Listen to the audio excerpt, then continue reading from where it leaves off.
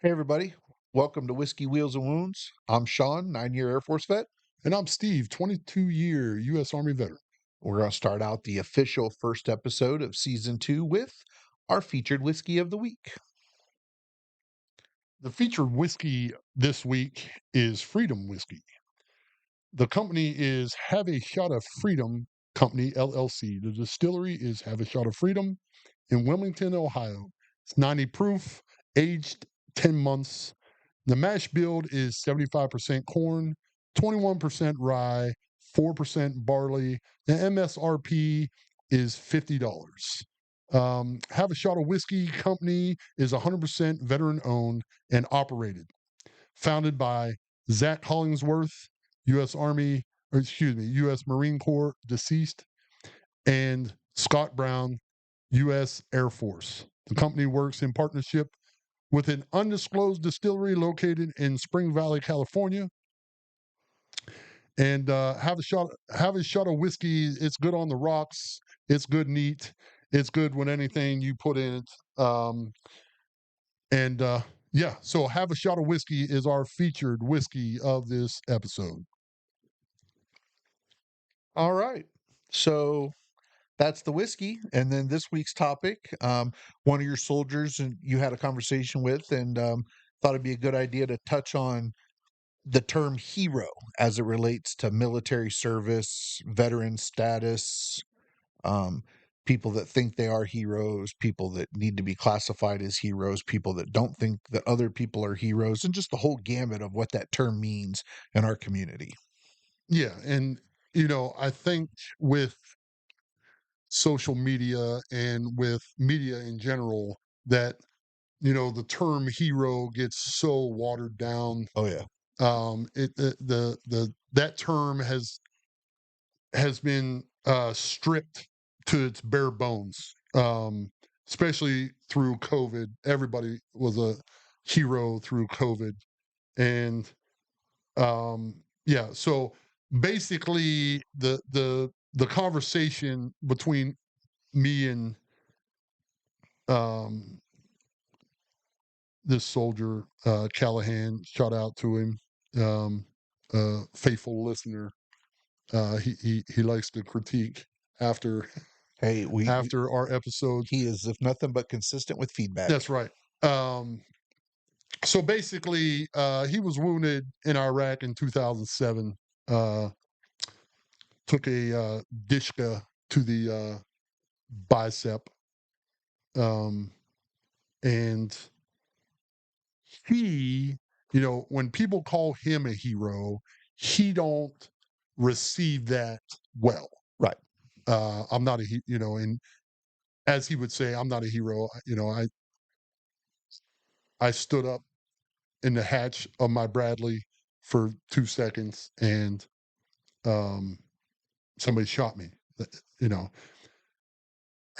as I tried to explain to him, you not thinking you're a hero. Heroes don't think they're heroes. Right. You know what I mean? So that, and So then, when I go, well, then he proceeds to say, well, what about the less stellar soldiers that we had? That back in garrison, they were not you know, your your A guys. your You heart know what I mean? chargers. Yeah. And what about them? Are they heroes for just being in Iraq? And, you know, I would say the 2010 me, that's the last year I deployed, may not have thought that. Um, you know, um, but the 2024 version of myself has a great appreciation for everyone who served. So the dictionary defines the word hero as a person who is admired or idealized for courage, outstanding achievements, or notable qualities. Right. Um, so that's the base definition for it. Um, I think that there is some credence to Callahan's position, Right. and there's credence to your position. I think that the term hero, by not applying the term hero to everyone, I agree with Callahan. But I agree with you in the fact that if you were in Iraq or Afghanistan or Desert Storm, Vietnam, whatever you were in, well, let me rephrase that. If you raised your right hand and joined the military for the right reasons, you had something in you that was a heroic quality. Mm-hmm. And while you were in, if you weren't a complete and total, Article 15 chaptered out, somebody that just could not conform, you know what I mean? Like they didn't have a good quality to be in at all. Okay, that didn't apply. But even if you were just a supply clerk during a time of peace and you served with distinction, you have heroic qualities about you. That doesn't necessarily make you a hero, but it makes you hero adjacent. You know what I mean? And so when you go to Iraq, you're already highlighting some of your heroic qualities because most people, there were ways to get out of going. Yeah. And so there were a lot of times that if someone got out of going, people called them cowards. You know, they they couldn't. Well, hold on. So to prove my point on this one, there's a website I went to. It's the Mighty Oaks Foundation. Uh-huh. They have a little They're blurb. they're associated with Mission 22. But go ahead. They have a little blurb here that it highlights what I was just saying about people that went, embraced those heroic qualities, and people that figured out ways to get out of going didn't. A hero is someone who has recognized a need, counted the potential cost, and decided to act in spite of what might happen to them personally, because there are people or a cause that justify that action. Heroism is unusual not because others can't do what the hero has done. It is unusual because others won't do what the hero has done. Right. It- Now, I will say there's levels to heroism. You know, it's like an ogre. There's onions. yeah, There's layers. many layers. I would contest that there's layers and there's levels, and we'll say that the Congressional Medal of Honor is the top Oh yeah, of that level structure. correct. Um, Something has to be said in this country. 0.05 excuse me, 0.45% of this nation's population serve in the United States military. Yes. There's some heroism there. Yes. There's a especially in the last 20 years when you knew when I joined in 1993, there was no war going on, Right. And when I right? joined in '97, I mean the stuff in Kosovo was going on, but that wasn't like a full blown. Right. It was, yeah, it was. So I joined after Desert Storm, and we won't rehash that, but I joined after Desert Storm and for 10 years, I trained every day in case of war. Right. You know what I mean? It was a break glass in Yep. case of war type thing. And then when 2003 came, for the next 10 years, I was at war. I was either in country or I was home training for the next time I was in country. Um, yeah, like I don't to say to say the pack clerk, the POL person, the you know those jobs does not help win a war is ridiculous. Right. You know what I mean? I was a mechanic on the flight line. Yeah, yeah. To say those jobs there are not vital to the war fighter, right? Is ridiculous. You know what I mean? And you know, um, in 2007, make sure 2007, we were on Rustamaya for 15 months, Ooh. right? Day one, being on Rustamaya, we got a rocket attack. Um, the last day I left, we got a rocket attack. And every day between day one and the last day, we were rocketed or mortared, Yep. right? It And had a nickname for a reason. it was called Rocket Rustamaya, right? And they would shoot rockets out of the back of trucks, just riding down the MSR and boom, shoot mortars at us through propane tanks over the walls. You know what I mean? They try to get us. Those mortars, those rockets, they don't give a shit whose chew they land on. They don't give a shit whose head they land on. Correct. Everybody on that fob was in the same amount of peril every day. Correct. And everyone, you know, there was very few, if any, people that spent their whole time in the bunker, right?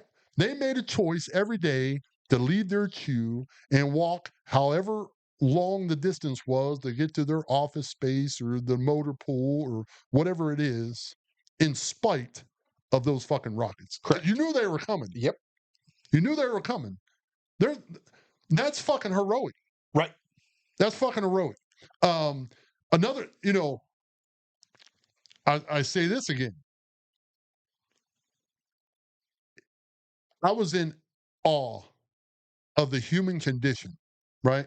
In 2005, the 2007, the 2009, when I went back to Iraq and we dealt with IEDs, being a combat engineer like I was, our job was to ride down MSRs and look for things that go boom and find them before they find us or find someone else. That was our job. You know, the heroism in that is when that truck gets blown up, right? And what amazes me about the human condition is that truck gets blown up, it goes black, the air goes out of the vehicle. You don't know if you're upside down or not. When that all dissipates, you check on your gunner, you check on your driver. I'm good. I'm good. Okay. You get out, you do what you were trained to do. And then the next time it's time to get back in a fucking truck and do that again, they do it without question. Right. That's some heroic shit. Yes, it is. You know what I mean? Yep. That's some heroic shit. And regardless of that soldier, private, specialist, sergeant, whatever, regardless of what kind of person he is, what kind of uh military member he is, to do that's, to me, in my definition, I'm not Webster, but to me, that's some heroic shit. Right. You know what I mean? So I agree with you that it is 100% heroic. I think that's why I think where I agree with you that everyone that served over there has a heroic trait, heroic qualities. I think that, like what Callahan was getting hung up on, and this is why I agree with him. I served on the flight line in Afghanistan, mobile radar in Iraq. Mm-hmm. Yes, mortars, all that stuff. But I was never in a position to do something truly heroic. So I could not, in good conscience, classify myself as a hero because to me, a hero is Airman Pitzenbarger in Vietnam, won the Medal of Honor. Right. Desmond Doss, Yeah. World War II, won the Right. Medal of Honor. So the word hero, it has to have reverence for those guys that are Medal of Honor winners. And if you call everybody who put the uniform on hero, it cheapens the term hero for them. So that's where I think that there should be the distinction between being a hero and having heroic qualities. Because sometimes, like you pointed out, we were talking earlier, there's guys that in garrison or even when you're just on a fob or something, they display zero heroic qualities. Right. And then shit hits the fan, and you're like, holy shit, where'd this cat come from? Right. So I think that everybody has the potential that serves because of the heroic qualities it takes to raise your right hand, write that check for your ass to the US government, um, go where they tell you to go. And a lot of times, guys like you and I and other guys, they volunteered to go. Like, hey, look, I know that I don't have to go this deployment, but you're fucking sending me. You know what I mean? Especially when you become a good NCO, you're not sending my guys and you're not sending me with them. Right. Like, that shit's just not going to happen. But that doesn't necessarily make you a hero. It just makes you have heroism in your blood, in your DNA, and there is the potential there for you to step up and be the hero that's needed for that particular day. You're there and ready. You know, it's like you tell the support members, it's not your fault that you didn't get deployed, but you were there and ready and willing to do it.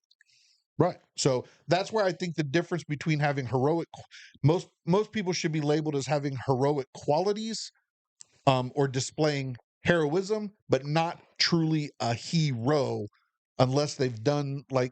Now I know there's some guys that have done that could be classified as heroes that may not have the Medal of Honor, because there's a lot of guys that, silver stars, Yep.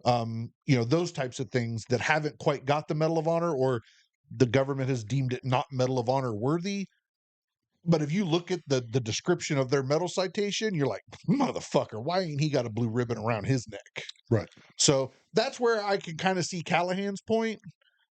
That word has to be, and if we're going to use hero applied to everybody, there needs. I know if you say the word Medal of Honor, it's instantly like that. And That's it. and that's my thing. You know, the Medal of Honor is its own tier. You know what I mean? So it's its own, you know, and to be a recipient of the Medal of Honor, your gallantry, uh, your extraordinary acts of heroism. You know what I mean? Yeah. So You know it'll say that in your citation. right. So You know, gallantry under fire and extraordinary acts of heroism. Well, that right there says if you can have extraordinary acts of heroism, you can have regular acts of heroism. So and actually, I just thought of this as we were saying it. So then I think this is going to sound kind of hokey, but if everybody that served in a war zone gets classified as a hero, uh-huh. Medal of Honor recipients are superheroes. uh, You know what I mean? Like there's your they're levels. they're the closest thing to fucking Superman Yep, we got. I'm down with you. And in that scenario, I think by describing it in ways like that, if you understand, so the average layman doesn't understand that, but in our community we should. And I think if we approach it from that perspective, that Medal of Honor is, like you said, the closest thing to Superman that we Yeah. have on this earth. Um, then it doesn't cheapen calling everyone else a hero. Yeah. You know what I mean? You know, and the other thing is, um, you know, the one of the tongue in cheek things is, they would say, there's a thin line between being a Medal of Honor recipient and being a recipient of an Article 15. Yeah. You know what I mean? No, Like a lot of a lot of soldiers, uh, or a lot of service members, recipients of the Medal of Honor, they sometimes disobey orders, um, and run into hellfire, despite what what their leadership says. well, like if you watch the movie Hacksaw Ridge about Desmond Doss, Right. his command tried to chapter him out Yep. because he refused to pick up a gun. Right. And then, and I don't know how all this plays into the actual story, but at the end of the movie, I think it was his captain, told him, "I've never been more wrong about a person in my Yeah. life." But it took him doing something that qualified him for the Medal of Honor for the other guys in his unit and his captain and his NCO to understand this guy's not a piece of shit. He's not a coward. Right. Like, he is the truest form of the word hero, but you couldn't see it because he didn't want to pick up a gun. So there's where you're on that fine line between being chaptered out Right. and winning the Medal of Honor. Yeah. Like the dichotomy there is crazy. Yeah. And then, if you look, we were talking about the movie Outpost and Ty Carter, Yep. you know, um, recipient of the Medal of Honor in Afghanistan, and him and Clint Robichaud. I had the honor of meeting Clint on two different occasions when North Canton became a Purple Heart City. I met him there, and I also met him at the Patriot Ball up in Canton. Um, so you know, I like I said before, at the Patriot Ball we go to every November. Um, they always have. I think the Patriot Project um, is up in Canton. A chiropractor, Dr. Novelli, started the Patriot Project, and basically he has, I want to say, 10 or 12 Medal of Honor recipients on his board, the board of the Patriot Project. And every year at the ball, a Medal of Honor recipient will be a guest speaker. And to talk to them, they're the first ones to tell you, I did my job. I didn't do, um, someone had to pull a guy out of fire or whatever. Someone had to do it. I hope my battle buddy would have did it for me, or my battle buddy would have did it for me, or you know, um, to push back on something you said. I think if something would have happened on the flight line, you know what I mean? Like, just because those who leave the wire have more opportunities to do something extra heroic. Correct. You know what I mean? You have more opportunities. You know, the there's more people, there's more chances of somebody shooting at you outside the wire than there is inside the wire, besides the mortar and rocket attacks. You know, um, so I get that, but veterans are considered heroes in several reasons, right? For several reasons, sacrifice. Veterans have made significant sacrifice in order to serve their country. They have put their lives on the line, endured physical, emotional trauma, and spent years away from their family. We That's us. That's our sacrifice that Yep. we talk about on this podcast, of the sacrifices we made.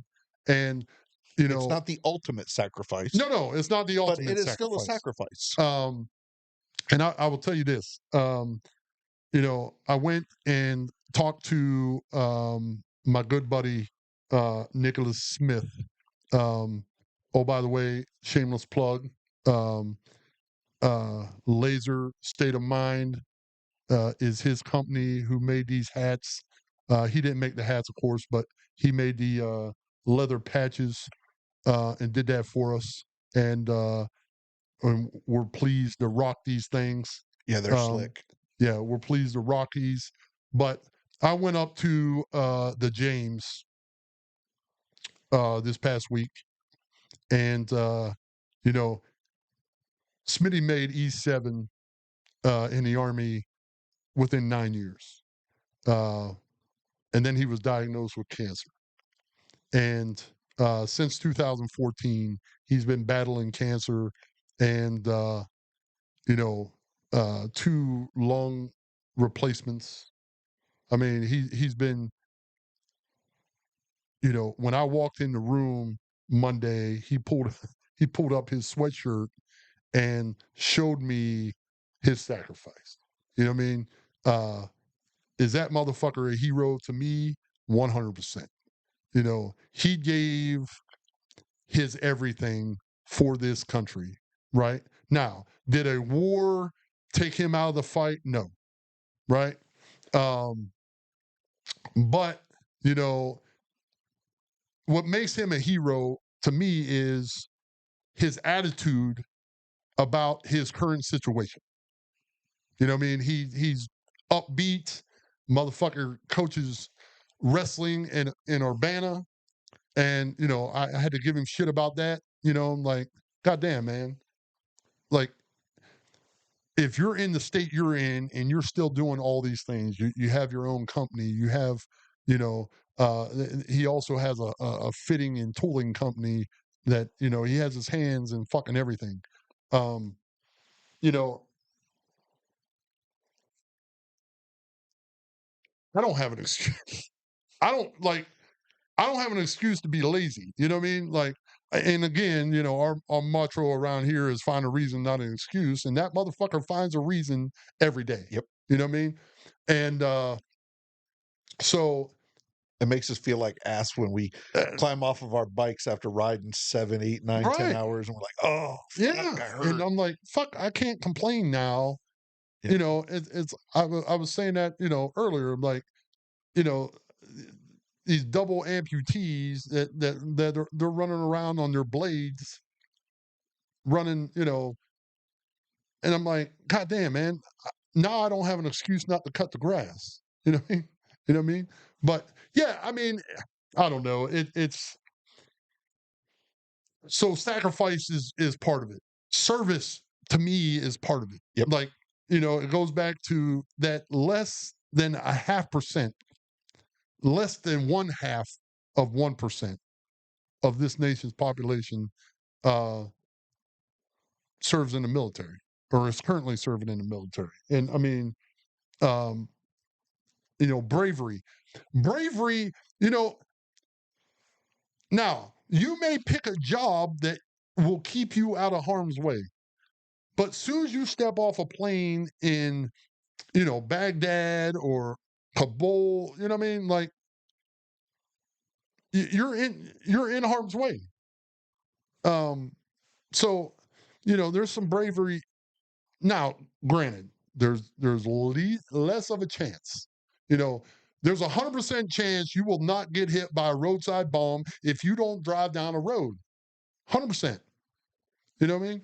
But you know, But every swinging dick that goes to bed at night has the exact same chance to never wake up because you caught a mortar in the middle of the you night. caught a mortar. You know what I mean? So something has to be said for that. Yeah, and I think part of that too is also the VA because they classify different ailments for disabilities based on whether it's combat related or not combat related. So like if you've got issues but you never left the wire and engaged the enemy in direct combat, you don't qualify for certain things even if you were, say a mortar came in and they deemed that as non-combat related because it was indirect fire. So, well, I mean, it's the VA, so I get right, it. But right. But I think that the way that that's classified also drives that divide between out of the wire and in the wire because um Sarge sent us something a couple weeks ago about some program through Ohio for uh veterans. I think it was with PTSD. But it's only combat related PTSD. right, So when I said that mine wasn't diagnosed that way, he was like, "What the fuck are you talking about?" And it's because I never left the wire, so the VA classifies it as non-combat related. So I don't qualify for certain things, and I'm labeled slightly different. Now, to me, we've had long conversations about right, my what I deem combat, which is funny because by a lot of definitions, I'm labeled a combat veteran, but by VA definitions, my injuries are not combat related. right. So I don't know. It's a goofy topic, but that lends credence to that fact that you know A prime example, a guy on an aircraft carrier out in the ocean, nowhere even remotely close to Iraq or Afghanistan, is still labeled as a combat veteran Mhm. because they were there serving in support of the theater of operations. Right. But if you're so he's a Navy guy. Uh-huh. He's with a group of Marines who all were ground pounders in the dirt. They're going to look down on him because, oh, were you off safe on a boat doing your thing? Should they? No. But can you understand it? Yes. Well, well, I mean, so um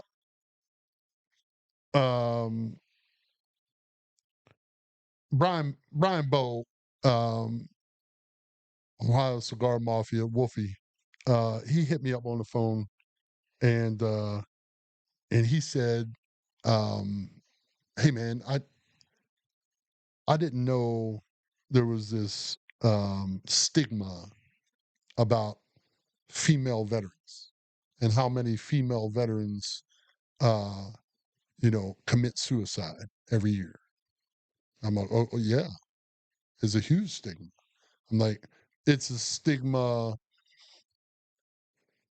you know, it's a stigma in the community. Mhm. It's, and, you know, it's a stigma, I mean, there's, again, many layers to that stigma, and I said, yeah. Um,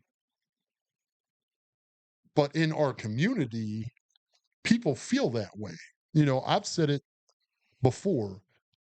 I 100% think females need to be in the military. They have a place. Around me wasn't that place for me, right? Because of the things I saw, of the small snapshots of times I spent around females in the military. Um, It's like any group. There are some of them that give them an excellent name, and there are some of them that do not. right, and you Because I know, saw it, being in the Air Force, it's a little bit different, because we're all soft, you know, sitting in highfalutin hotels and stuff.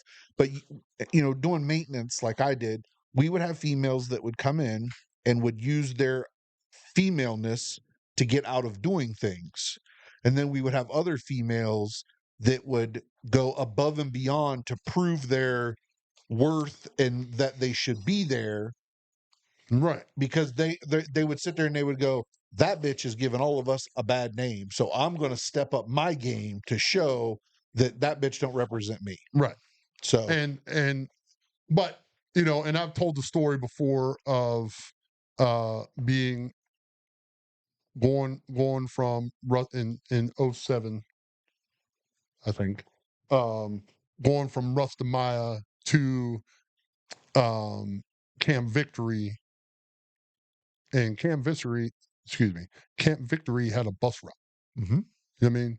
It was at a large Yeah, place. it's called the Victory Base Complex for a reason. There was Right, multiple right. installations.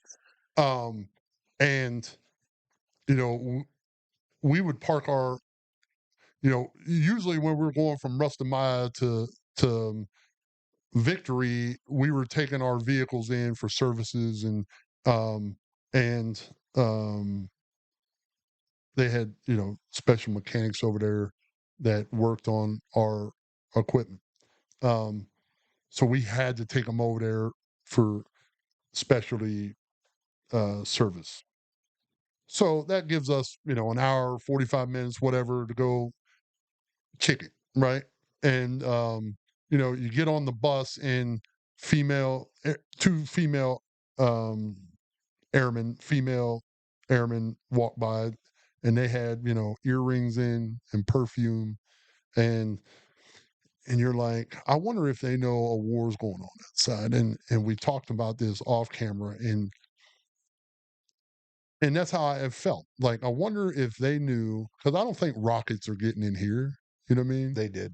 I don't think mortars ain't getting in there for sure. But but Before they put the the phalanx system up on the Right. hills there on the VBC. Yeah. That cut down on a lot of them, but there was before those failing systems went up. There was quite a few coming in because when I went over as a civilian in 2006 to 2011, I was assigned either at the VBC or around the VBC. Right. So yeah, But I'll tell you, then I felt then the same way I feel now. I think everybody has their place, and I think everybody's place needs to come together for the team to win. You know what yes, I mean? You know, I never talked shit about the dude that worked in our headquarters that did the trip tickets. I never talked shit about him. Why ain't you going outside the wire? you might Right? have given him shit because Oh, we give everybody yeah, we like give that. everybody That's shit. the brotherhood, We give everybody shit. But right? to me, you know, You didn't think less of him. no, I didn't think less of him. Like I did a podcast um last Thursday. I did a podcast with my buddy Chris Showalter, Mutton Chop Mondays on YouTube. Go check him out. Um, and We'll put the link in the we description. will put the link in the description. But you know, he was part of a platoon that they rotated. They rotated from on the road 1 month, and then the next month they'd be on the roof pulling security. There was no part of me ever that ever wanted to stand on the roof for a guard shift. I would rather take my chances on the road all day, every day. And so I'm not going to talk shit about you for pulling guard up on the roof because I don't want to fucking do that. I don't want to talk shit about you for fucking getting my pay straight or fucking feeding me or rendering aid to me or, you know, all the things provide air defense, you know, I'm not going to talk shit about none of them because, um, you know, at some point, I need all those. You know what I mean? In '04 when I went to Bagram, the Army guys, because Bagram at that time was Army boss rules. The Air Force had Camp Cunningham, small little B hut thing right next to the flight line, right in the center of it.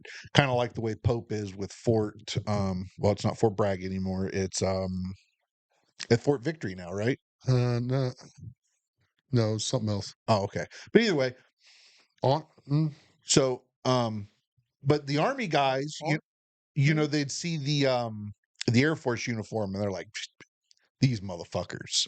And then they'd be like, "What are you here with?" And I'm like, "Well, we're here with the A-10s." Oh fuck, no way! Like the Army guys instantly gave the Air Force guys that were there for the A-10s, like you still weren't Army on their level, but you weren't a fucking bougie fucking Air Force guy because you were there with the A-10s because the ground pounder has such a affection for what the A-10 does for them. So it was kind of nice to see they were kind of nice to see uh the change on the look of their face when they had an encounter with us and they'd be like fucking Air Force yeah, A-10s. All right. right, You yeah. know what I mean? So it, there's still that stigma that, I'm bougie Air Force, but to the guys that know what I was doing there, oh, motherfucker, you are 100% needed. Oh, You know what I mean? yeah, Because yeah, because if I'm not doing my job, then they don't have the equipment they need to do to keep those planes flying. And if yeah, those planes ain't up in the air, right, then when those guys went danger close, danger close, danger close, it ain't coming. yeah. It's so Fort Liberty. Okay, I mean, not Victory, got but it. adjacent Yeah, Liberty. Um, which is funny because in the Victory Base right, complex, Liberty there was is a Liberty base in there. Yeah, adjacent, and yeah, so was Stryker, and so was Slayer yeah, and yeah. We're there. But yeah. So yeah, it, A10s were, you know, they're awesome. yeah, The brat out at Fort Leonard Wood because they would fire on a range out in Missouri, and you'd hear it, and it's, you know, it's the purest sound of freedom yes, that there is. yeah. Um, Depleted uranium freedom yeah, seeds. I mean, it's yeah, the purest. but like um Apache pilots, same it's the same thing. Like we would go in '05. We would go from Bakuba or Bakuba um in just north of Baghdad to Al Salmania, which is up north. Um and it's about a 6-hour Humvee ride. So we had to refill our Humvees, refuel, I guess would be the proper term, not refill, but refuel with gas cans, 5-gallon cans. So, um, and we would get um, escorts by the Apaches, and um, we had to, on a couple different occasions, use the Apaches um, in Bear 37 was a female pilot, and I'm like, man, you know, I need to run into her somewhere and buy her a beer because she, you know what I mean. Um, but yeah, like I think, but wh- what would what kind of warfighter would I be if I wasn't getting paid? What kind of warfighter would I be? Now, granted, on large fobs, Halliburton is fucking or KBR or one of those, Nine core floor. right. Yeah. I mean, you know, cooks ain't cooking Well, but so from 6 to 11, that's what I did. I worked for KBR and right, their operations maintenance support. And the way that whole concept came about was the Army didn't want to send soldiers over there to do the garrison job. right, They wanted boots on the ground, especially when at one point at the surge, there was like 30,000 guys assigned to the Victory Base complex. right, And so their thought process was it's cheaper to hire civilians to come over and contract work right, instead of having soldiers fill that role. And then they can put soldiers in trucks out doing convoys, escorts, man and fobs, doing the things out there that need to be done.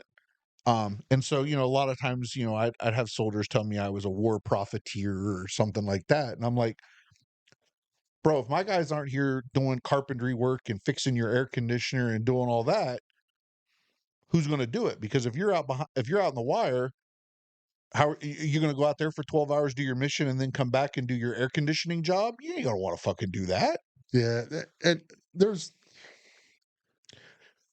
And when I talk about that, I'm looking at it as the bottom rung worker, yeah, yeah, not the CEO corporate level, because that shit was crooked as fuck. right, right, I've said before that whoever they got to sign that fucking contract for the Log Cap 3 contract from the Pentagon, right, that captain had his palms greased like a motherfucker because that is the most lopsided, redonkulous contract I'd ever seen in my life.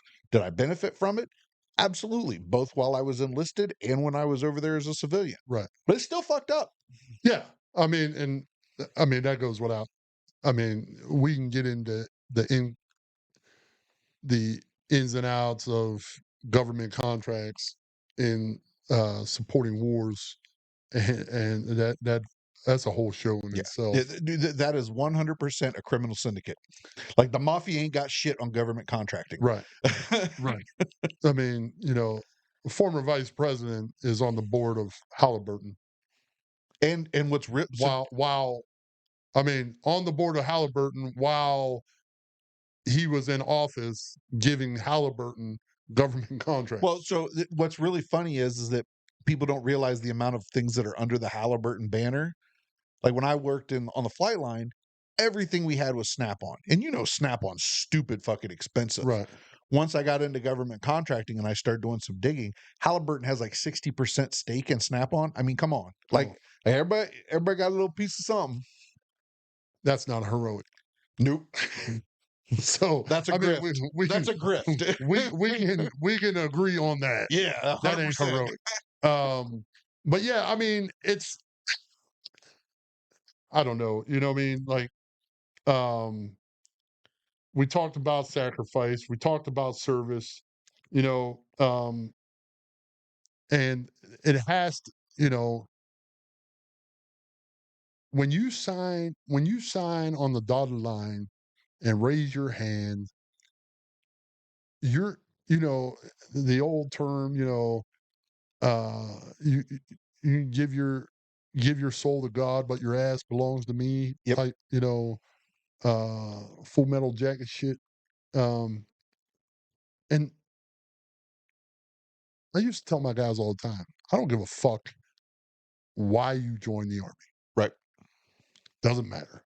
I joined for college money. I don't care. I joined I don't care. Go to war or go to jail. I don't care. Because we found ourselves in Iraq together. Yep. Right. And I used to, you know, I would stand in formation and say, I don't give a fuck why you're here, but we're here together. So for the next however many days we're here, college money, college money don't matter. Fucking, you know, I don't and care what your motivations are. I just need you to be shit hot. that's it. And um, yeah, you now we get back to the two. You want to do online classes? By all means. You know what I mean? But when we get in those vehicles, it's a singular mindset. And you know, It's game time. it's yeah, and it is time to be some steely eyed killers. And I think a good way to kind of highlight your point there is that every branch has its core values, right, you yeah, know. Um, so, in the Air Force, it was integrity first, service before self, and excellence in all we do. If you can live up to your particular branch's core values, odds are you're going to be heroic.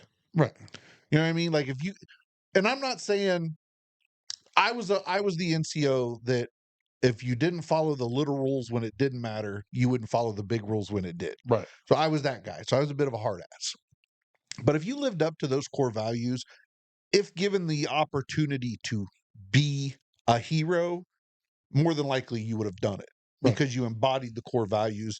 And while it's kind of, PC or, the company line or whatever, those core values truly do have meaning.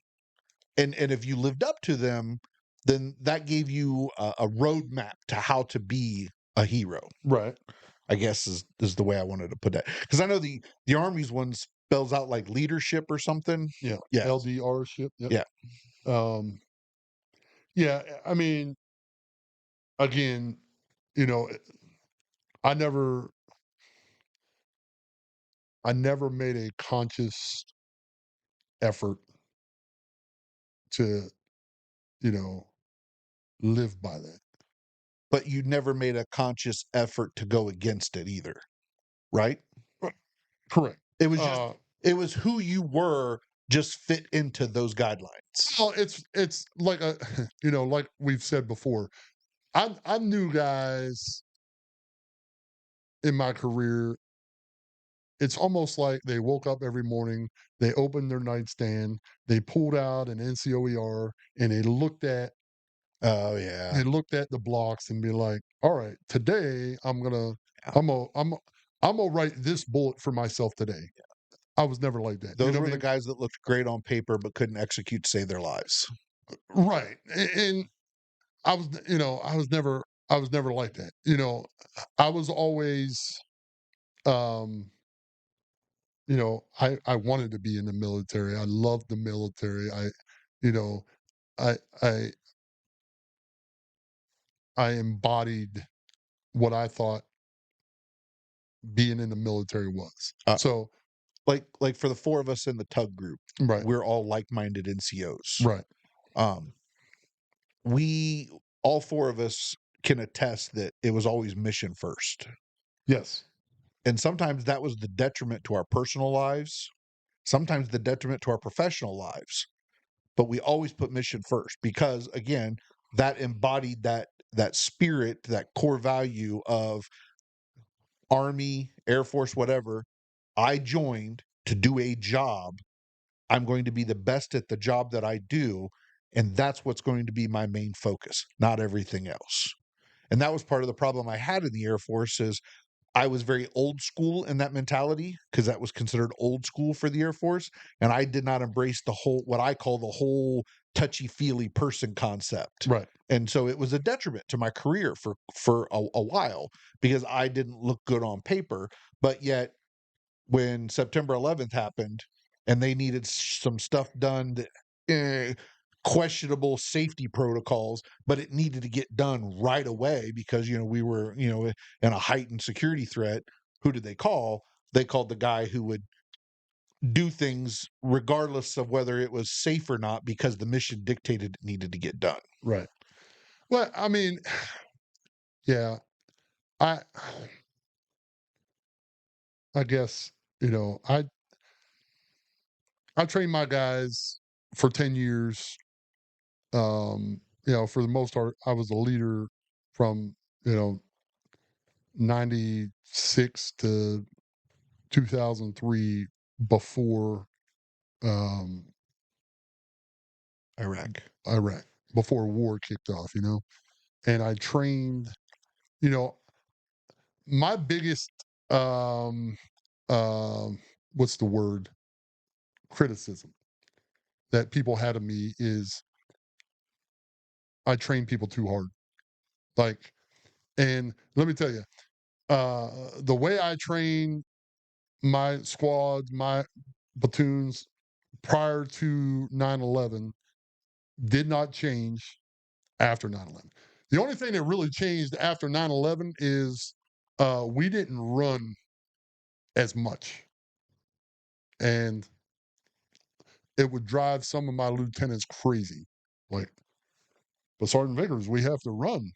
I'm like, sir, I've been deployed 3 times already, and I haven't accumulated 2 mile running in Iraq. You know, now You just need to sprint from cover to cover.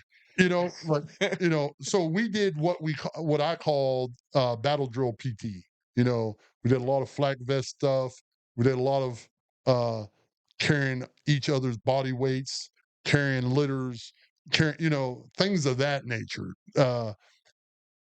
Jumping over walls, scaling walls and things of that nature. So guys were confident in their body.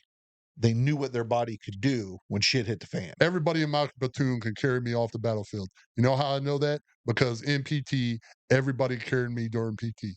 That's how I know that. They're like, "He's great, you fucking fat ass." I'm like, listen, I gotta make sure you can carry me off the fucking battlefield.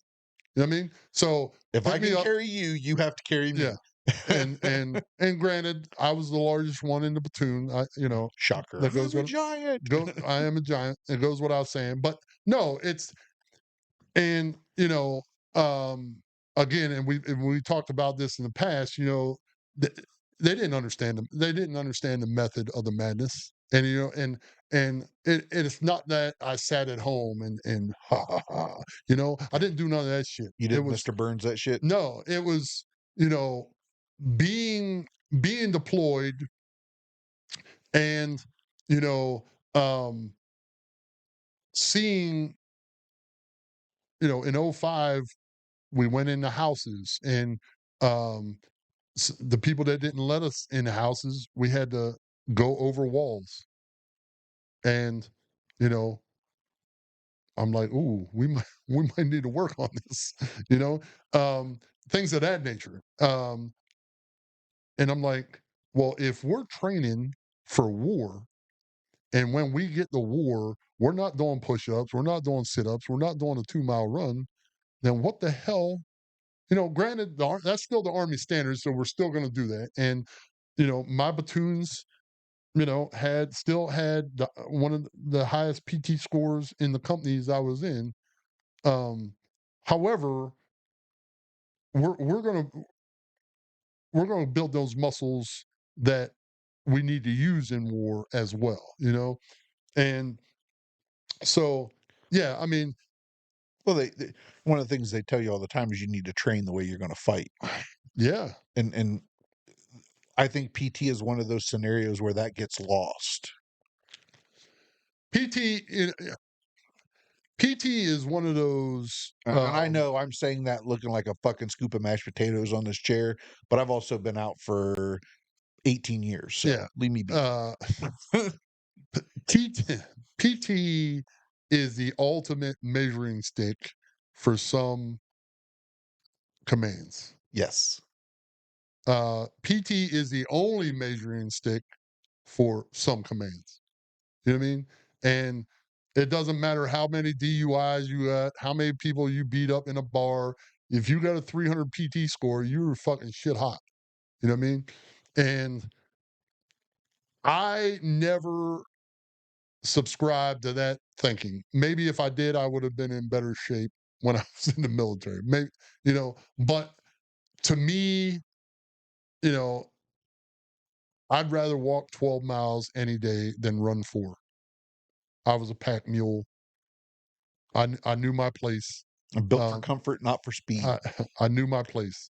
You know, um, I was in different schools where um, the small gazelle guys, they'd be like, "Oh, come on!" I distinctly remember being in Anoch, and those little runner motherfuckers, be like, "How can you lead your troops from the back?" You know what I mean?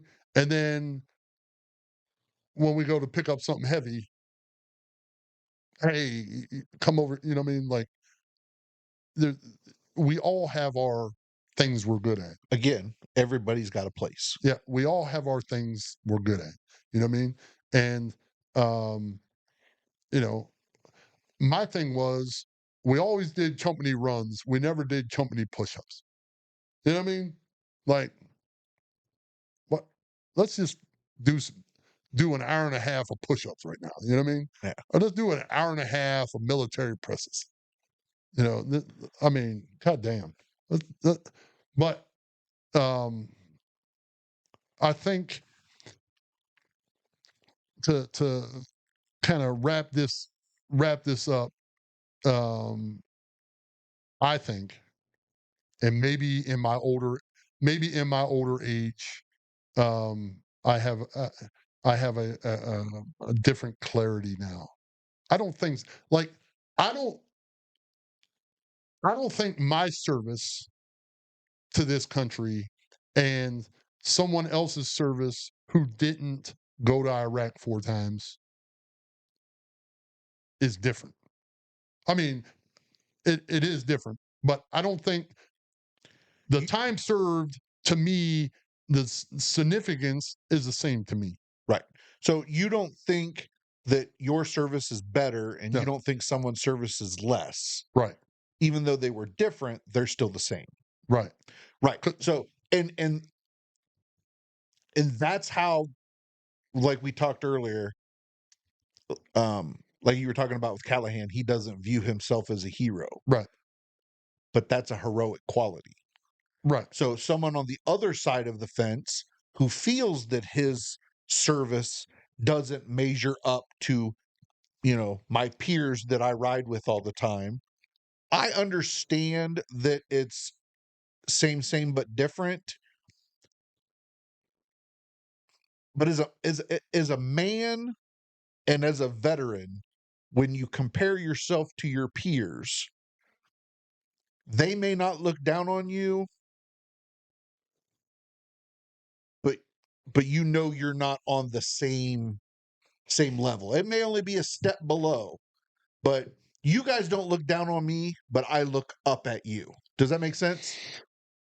I mean, yeah, doesn't I understand it. Right. You know what I mean? I You understand. think it's stupid. Yeah, I understand. Yeah, I understand the approach. I understand how someone could feel. You know what I mean? And I've had lengthy conversations with Don Harper about it. And I'm like, listen, man, I understand you join the army, you want to support, defend your country, and your ticket was never punched. And you know, And I think guys like me and Harper, we hear what you're saying, but part of us also says, but as a combat vet, sorry, as a veteran who was in direct combat with the enemy, you you don't quite get our side of it because you're like, yeah, I did that, but who fucking cares? You did the same shit that I did as far as serving. But if you were on the opposite side of that fence, I think you would see things a little bit differently because of that. Look, nobody made a fucking movie about the guy that worked on the flight line and that was it. Right. Everybody makes the movie about the guy that engages the enemy. You Right. know what I mean? Right. So, like in the overall grand scheme of things, when the afterlife for whatever you believe in shows up, if there's a box for veteran, I'm good. You know what I Right. mean? Right. But if there's a box for veteran, okay, you got that one. And then the next one is like, the hot, like the true veteran. I'm probably not checking that box. You know what I mean? Like, but because I'm on this side of the fence, I have that viewpoint. You're on that side of the fence. Now, if the roles were reversed, I feel that I would think the same way you were. Like, bro, because I feel that way towards like my dad and Harper. You know what I mean? It, and I don't understand. That's not the right way to put it. I don't think my dad and Harper should feel the way they do in regards to me, just like you don't think I should feel the way I do in regards to you and Right. Duke and Sarge. But when Right. you're not on that opposite end, it's hard to put yourself in that place. And I totally get it because you know, I deem my career a failure. That's and it's on the same lines as what you're talking about. Right. You know what I mean? So, and there's no one, and people are like, "Oh, you did all this, brr, brr, brr." Like, get it? You're never going to change my Right. mind. We had that discussion last season. Yeah, never going to change my mind. My failure is mine. I own it. Um, I can't change it. It is what it is. Um, you know what? I really don't want to. I don't want to think differently of it. You know what I mean? I'm proud of a lot of things I did in the military. However, but however, there, We're proud of a lot of things we did. We're just disappointed that we didn't reach the goal that we originally set. right. We And fell short of what that plan was. and but it's one of those things where I guess you don't know until you don't know. I knew, even though my mom didn't want me in the military, and we've talked about that before, and she made me promise I wouldn't be infantry, and Technically, you weren't. I wasn't, but I was the next. I was You were infantry adjacent. adjacent, right? Very much so. So, you know, when you enlist as a combat engineer and you're like, all right, what's that, what's that guy do? Um, they, minefields and, either putting them in or taking them out. Okay. Things of that you're like, all right, that sounds cool. Let's, knowing in order for me to effectively do my job, I have to go to combat. It's in my name. Well, and I've said before that if I could do everything over again, I would go Army and I would go combat medic Right. I mean, it's because I know now that I'm pretty good at that medical stuff, right. and I know now looking back, like we were talking earlier, I have those heroic qualities that lends me to the thinking that I would have been a pretty good medic.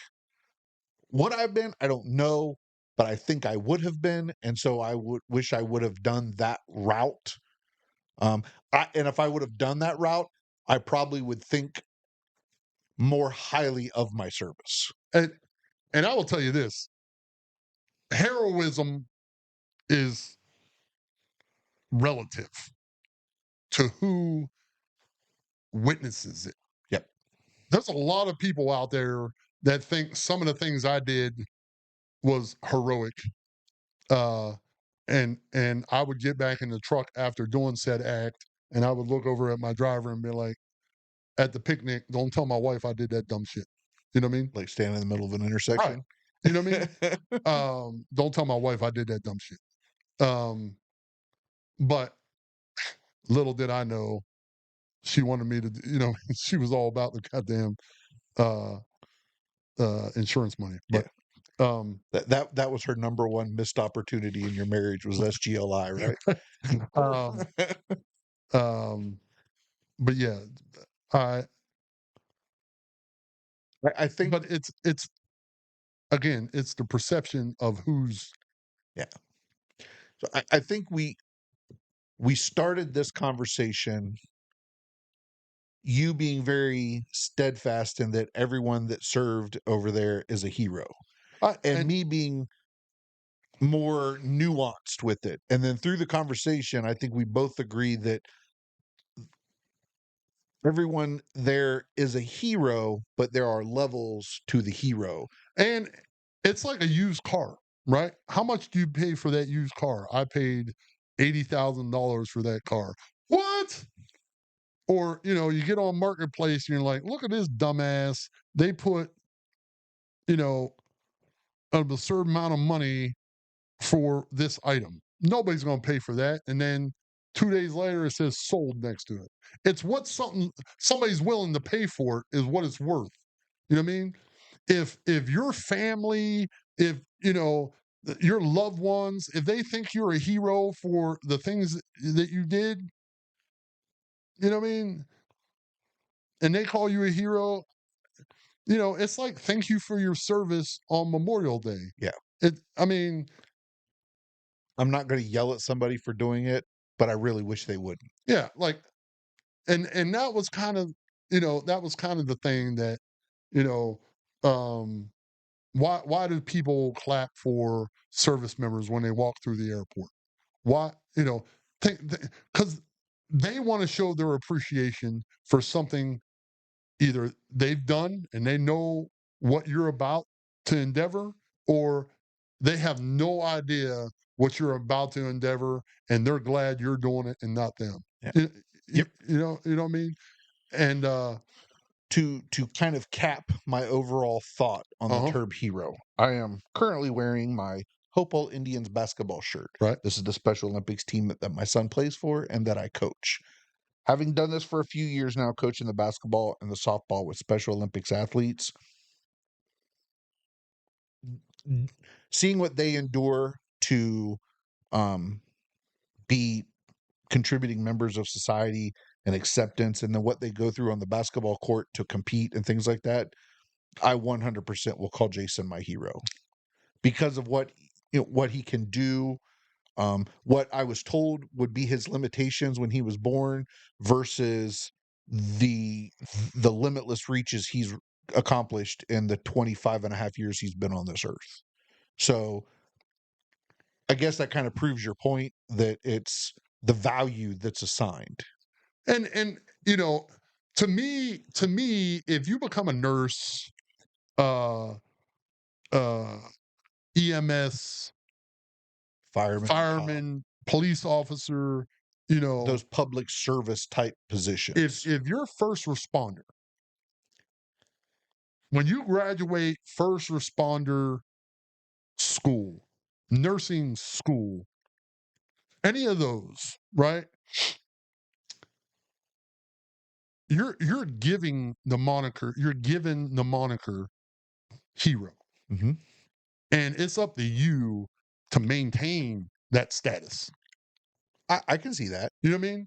Every Now, if you know, I raise my hand. I know this ain't my right hand, but I raise my hand and you know, I join the military and then I do a bunch of dishonorable shit. One all shit negates every attaboy, Yep. right?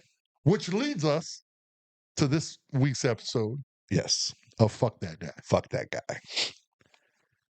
You want to? You I mean, okay? So this week's episode of that fuck that guy, I I was kind of looking for some, and then you sent me a Stars and Stripes article or a military Yeah, Star cause. Stripes. Yeah, Military Stripes article of a very unique individual. Right. Well, I wouldn't call him unique because here lately it's been rather rampant. Yeah. A 40-year retired, decorated Navy captain Yeah. who was shot dead by police Hmm. in a child uh, sex trafficking type sting, I guess. Um, Yeah, more pedophilia yeah, than trafficking. but I mean, this cat thought he was talking to an 11-year-old and a 13-year-old girl. Their mother. Oh, okay. 7 and 11. Oh, okay. 7 and 11. He thought he was talking to the mother, Right. and he was coordinating sexy time with said children with the mother. In And reality, it was the Seattle Police Department, or right, right. yeah, And when he showed up and the door opened, he pulled his pistol, and the police unalived him. unalived him on the balcony. Now, with that being said, innocent until proven guilty, all of that stuff. Okay, so there we got that part out of the way. So you can't come at us and say we're crucifying the guy before he was found guilty. But this is like To Catch a Predator, bro. If you show up thinking you're going to do something, and just because they're not there doesn't mean you get away with not being a fuck that guy. Right. I mean, yeah, thankfully you didn't touch a 7-year-old girl and 11-year-old girl. Right. Thankfully. Um, but you had the intent. Oh yeah, 100%. So this fuck that guy is with the intent of I wanted to be a fucking dirtbag. Right. So fuck that guy. So it which ties in to our episode of honorable service. So this dude, he still gets full military burial because he retired, right? Yep. With honorable service. Come on. You know what Yes. I mean? So his name was retired Navy Captain Bruce Menele. Yep. He joined right after the fall of Saigon. Yep. Graduated medical school, served in Desert Storm, Iraq, Afghanistan, commanded the Navy hospital at Gitmo Bay in Cuba, retired in 2016. Yep. Earned And dozens of awards and commendations, including a Bronze Star and 2 Legions of Merit. And all the while, he was that kind of a dirtbag. yeah, 67-year-old white man when he arrived at the hotel room where he thought he was meeting 2 young girls, 7 and 11. come on, man. What the fuck? Come on, man. Like So if ever there was a deserving douchebag fuck that guy. of fuck that guy, like this guy's it. Yeah. Fuck Now, that guy. now to put the final bow on this fuck that guy. Yeah. In recent news, there's been this douchebag Navy captain. Mm-hmm.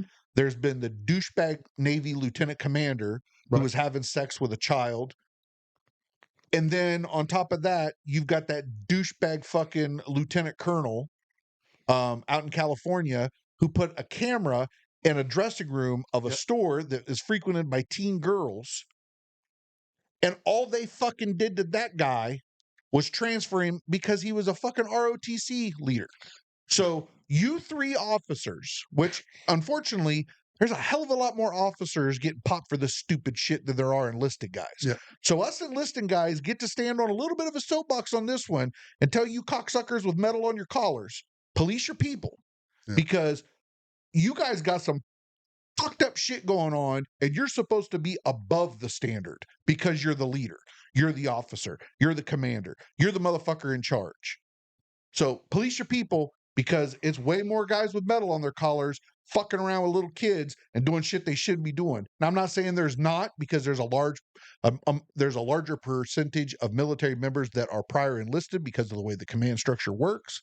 But if a dumbass private gets busted for something, he's a dumbass private. He's not a 40-year Navy captain.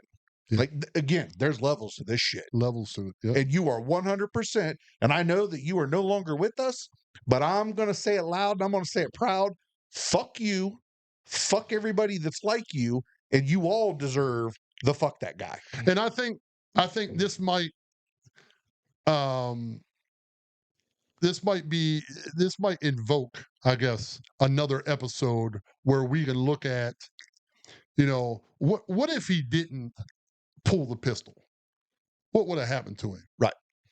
He would have been arrested that day, right? And then went on trial.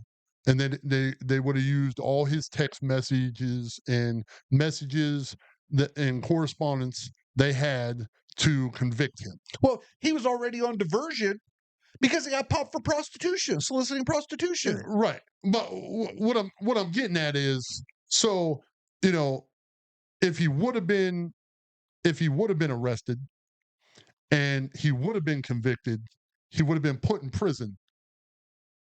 So, um, do we think different about him if he's in prison? Nope. He's still a fuck that guy.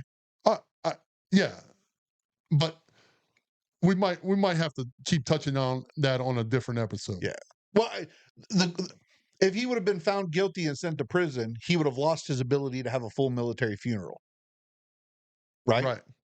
Yeah. Yeah. But So how would the veteran community look at him? I see what you're saying. Yeah, because that fucker out in California, that lieutenant colonel, the DA had a fucking solid kick ass case. Right. They handed it over to the army to process him, and the prosecutor and the judge advocate and all of that stuff in the army decided, and we'll give him a slap on the wrist and reassign him, and that's all he gets. So I mean, I honestly think that especially in the United States, civil courts, civilian courts should not hand these cocksuckers back over to the army. I hammer their dicks to the walls. Stop giving the army, the Air Force, and the Navy, and the Marines, and I will acknowledge our younger brother, the Coasties. Stop giving them the opportunity to punish these guys because they're not. Right.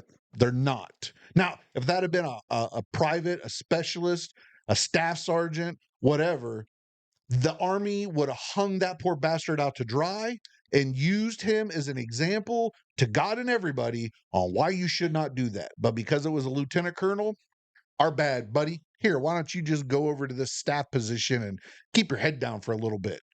But don't bother with not putting cameras back in little girls' dressing rooms because that really doesn't matter. I'm with you. Oh, I'm fucking mad now. So, yeah, so fuck that guy. And we'll have more next week. And, you know, I think Andy has a button he needs to push. he pushed it. Oh, he did? Oh, okay. Um, I was probably in the middle of my rant. and he pushed it. But yeah, I mean, but that just hit me how that I think that'd be a good episode. How, um, a caveat from, we talk about heroism today. We talk about how the civilian sector views the military. You know, we're held in high esteem. We're held in that. And well, what happens when we tarnish that?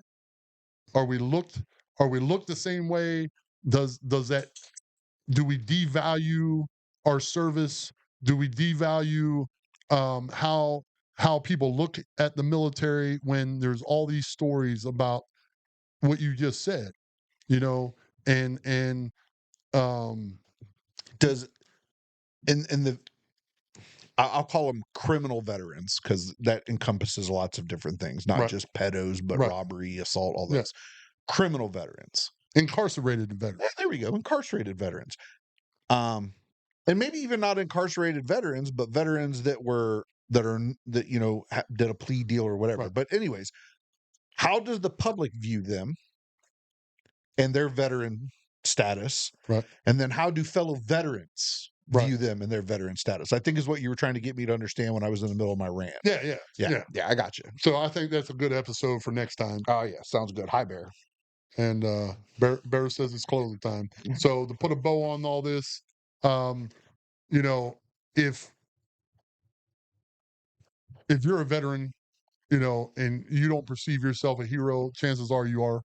And It, if your family perceives you as a hero, don't beat them over the head about it. yep, I mean, just accept it, quietly accept it, quietly accept it, and um, because I guarantee you, you probably feel that someone's a hero that doesn't think they are. yeah, and that means you're modest and you're humbled and all that stuff, and them are